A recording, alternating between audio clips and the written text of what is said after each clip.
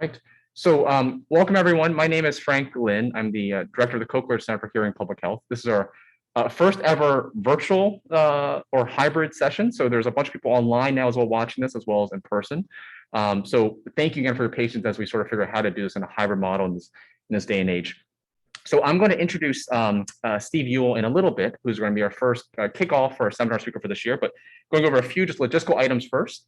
The first one, if you are using Zoom right now, you're joining us virtually. If you want to ask a question, please just use the chat function, and then I'll pose your question either in the middle or toward the end, whatever is appropriate. There is closed captioning available too for anyone joining us online or in person at the website down below, or I think embedded in Zoom as well. The seminar is being recorded, and then if you have any technical difficulties online right now, that for those of you who are watching, Jamie Cheng or Jamie Trumbo's email address is right there for any issues that come up. So being the first seminar of this year, I'm really excited to sort of go over the lineup for this year, which for the Cochlear Center is always going to be a mix of sort of more academic as well as policy as well as industry talk. So Steve Ewell, today I'll introduce in a little bit, is joining us today. Then October 25th, next month, Julie Bynum is coming to us from the University of Michigan, where she does a lot of work on advising around Alzheimer's policy and Alzheimer's research that directly informs policy. November, we're really excited to have Ava Dugolf, who was previously at the University of Maryland, but for the last year has been a Senate policy aide. She is the main one now working on the Medicare legislation right now. So we're thrilled to have her come in, and by then we may see where the Medicare hearing, vision, dental benefit legislation may be going in the current budget reconciliation bill. Finally, in January, Richard Neitzel is an environmental health professor at Michigan who actually works with Apple very closely on Apple's noise exposure and noise features within the baked into the iPhone. Bonnie Sweenor, our own core faculty, will then be coming in February talking to us around vision and disability. And finally, Catholic Mann. This will be a different time for her specifically. She's calling it from Australia. This will be the only purely virtual session because she's in Australia right now, talking around some of the work that's going on at Macquarie University in Sydney.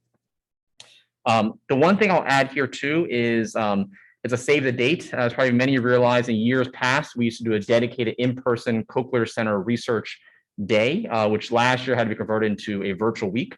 But this year, we are currently planning to be an in-person event, an all-day event where the faculty will speak. Our keynote speaker is Natalie Phillips, who's a psychology professor from Concordia up in Canada, talking specifically around sensory impairments and cognitive function and brain function. So that'll be an all-day event, which more details will come later. We certainly hope it's going to be in person again this year, and we're planning for it to be. So I'm really happy to kick off this year with Steve Ewell. So Steve is currently the executive director of the Consumer Technology Foundation, which we'll learn a lot more about.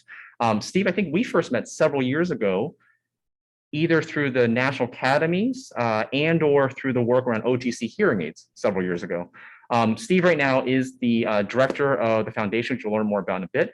And he also serves as the chair of the Forum on Aging, Independence, and Stability at the National Academies, which we've worked with very closely over the years around initiatives around hearing loss.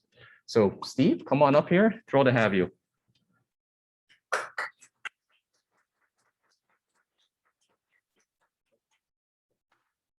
Well, great. Well, thank you, Frank. I'm really thrilled to be here. And yeah, we had a chance to meet, it seems like many, many years ago as we were working on the OTC and then engaging through the academies and Hearing Loss Association and other organizations along those lines. You know, as Frank said, you know, I'm the executive director of the Consumer Technology Association Foundation, and really just thrilled to be here. I was thinking as I was preparing for this speech, the last in-person presentation I gave was about 1.5 years ago in March of 2020, right as things were locking down. In fact, it got to the point where it was me and the other speaker on a stage, everyone else on Zoom. So after that, we basically moved to all virtual. So it's great to actually be somewhere and be able to see people here in the room and engage in it, as well as have everyone who can join us here virtually as well. I think we're really looking at the opportunity for technology to create this hybrid environment, which I see as an opportunity for us to create some of the connections and benefits that we see from technology. It's also great to be back at Hopkins. I got my MBA here. I got my master's degree here. So it's great to have a chance to come back to Hopkins and get engaged here. So a little bit just to set the stage of where I'm coming from. So Consumer Technology Association Foundation, as you might guess based on the name, we're affiliated with a trade association. So trade association represents a bit more than 1,500 technology companies, everything from the large global brands that you probably all recognize to small startups and people like the installers that might come and set up some of these technologies. Actually, about 80% of their businesses are actually small businesses. And probably what they're best known for is running a large trade show called CES. We like to call it the Global Stage for Innovation, but it's a chance every January to get together a bunch of people in the industry and talk about some of the trends and opportunities coming forward. And we're really looking forward to, it looks like we'll be back in person in Las Vegas this January. We started our foundation about 9 years ago now as a way to give back on behalf of the industry. And actually, the association didn't give us a lot of guidance of what to look for when we were starting our foundation.